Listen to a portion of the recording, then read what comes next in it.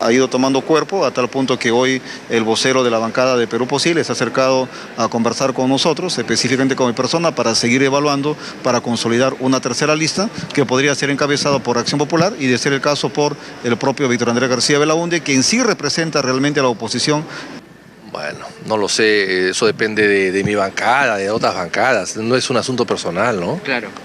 Todo dependerá de las bancadas, eso no depende de mí. De los 130 congresistas debemos estar siempre dispuestos a asumir cualquier presidencia, ya sea del Congreso o de las comisiones. Esta opción podría tener 20 votos. La candidatura de Javier Bedoya tiene fijos 48, los de Fuerza Popular, PPC, APP y Concertación Parlamentaria. Creemos que eso está bastante próximo, los cálculos que estamos haciendo son optimistas, obviamente tampoco nos estamos lanzando a la piscina, sabemos que hay parlamentarios que dicen una cosa, después dicen otra y votan de otra manera, y entonces estamos haciéndolo con mucha cautela, pero sabemos de que en esta oportunidad sí las cosas están mucho más firmes que otros años. Las claves del éxito las tienen aún Unión Regional y Solidaridad Nacional, con sus 8 votos cada uno. 12:20. Vamos a hablar de este tema, porque es, creo, la primera vez que vemos este fraccionamiento al interior de las bancadas, porque ambas listas, la oficialista y la oposición, tienen miembros de las mismas bancadas en sus listas. Estoy hablando de Solidaridad Nacional y estoy hablando de Unión Regional. Y ahora resulta que los disidentes de Gana Perú se separan de su agrupación para formar una bancada que no va a votar ni por uno ni por otro, sino que se va a abstener.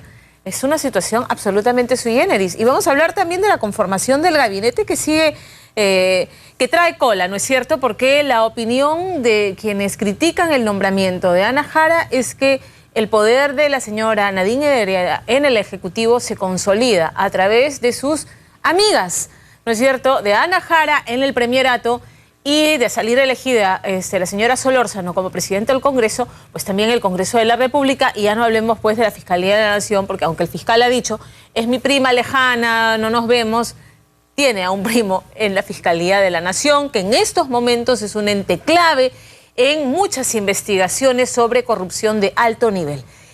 Juan Cheput, analista político y dirigente de Perú Posible, me acompaña esta tarde para hablar de estos temas. Juan, ¿cómo estás? Buenas tardes. Pamela? ¿Qué tal? Bien, me comentabas que veías con preocupación, igual que yo, este fraccionamiento de bancadas que deciden ir con uno y otro bando. Claro, escuchaba tu comentario hace un momento y estoy completamente de acuerdo. ¿Qué va a pasar después?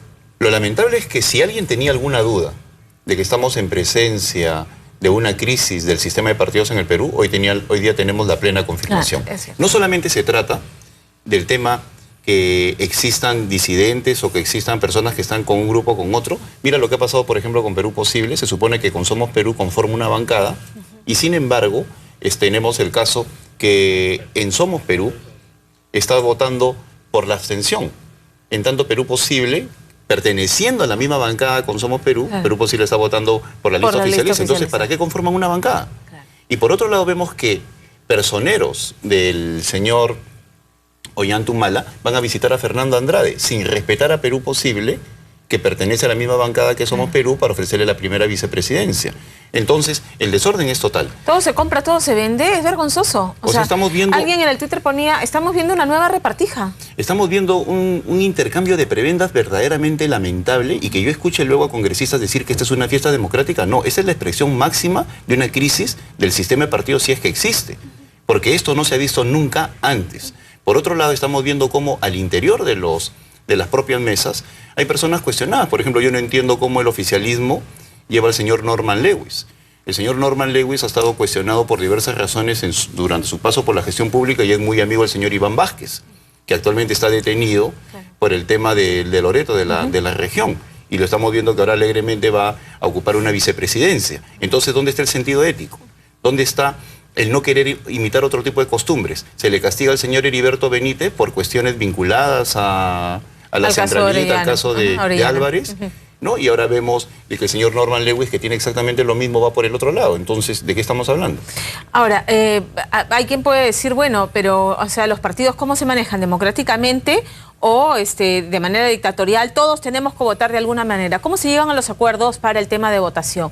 se decide, todos vamos a votar en bloque o los miembros de la bancada tienen libertad de elegir por quién votan? Lo ideal sería de que las bancadas sean la expresión política de lo que acuerdan las comisiones políticas. Okay. Pero en la práctica vemos que es el caudillismo el que impera y al final impone su decisión. Eso lo estamos viendo en todos los partidos. No hay un proceso de reflexión adecuado. Incluso en Perú Posible. Por supuesto, incluso en Perú Posible. Entonces, porque hemos visto cómo hace unos días se dijo con claridad de que no se quería votar por Ana María Solórzano y hoy se sale a decir de que vamos a votar por ella. Esos vaivenes no le hacen bien al partido, o sea... no le hacen bien a Perú Posible, pero cuando vemos al resto de partidos políticos, pues nos damos cuenta que la crisis es general. Bueno, claro. La crisis es general y es lamentable, porque ni siquiera para conformar una mesa directiva se ponen de acuerdo en relación a aspectos programáticos o aspectos que tienen que ver con qué sentido de país queremos o con aspectos que tienen que ver con cuál va a ser la agenda parlamentaria. Simplemente prima otro tipo de cosas. No, es una medición de fuerzas. O sea, ha pasado a un segundo plano precisamente lo que tú mencionas. Esta es una medición de fuerzas de cómo hacemos para imponer a la candidata que quiere, y para llegar al tema, la señora Nadine Heredia. Y el presidente de la República está cometiendo el mismo error que cometió con René Cornejo. Él no se da cuenta de la consecuencia de sus actos. Entonces, así como él subestimó a la oposición en el caso de René Cornejo y al final fue un premier que no duró más allá de 5 meses, hoy en día la inexperiencia de la señora Ana María Solórzano, lo que está generando en muchas bancadas, puede significar de que aún ganando pueda tener a la vuelta de la esquina una moción de censura a la mesa directiva. Por lo tanto... una moción de censura motivada por su inexperiencia, por las fallas que tiene, o porque simplemente gran parte del Congreso no está de acuerdo con ella. O sea, no es una mesa que nazca como consecuencia del consenso ni en su propia bancada.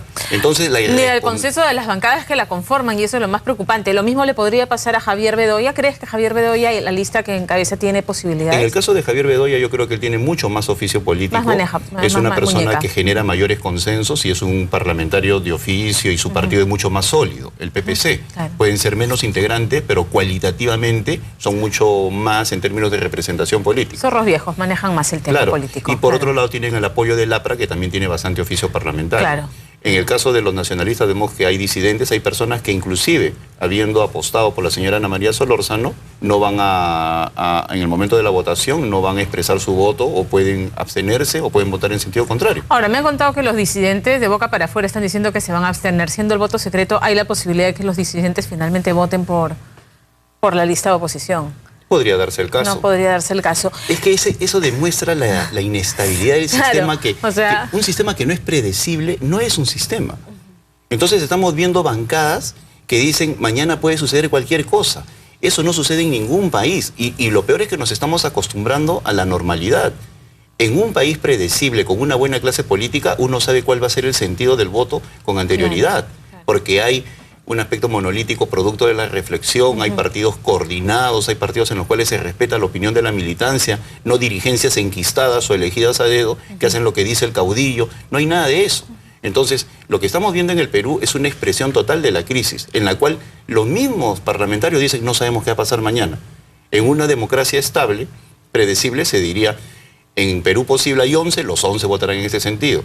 En el nacionalismo hay 42, los 42 van a votar, pero no.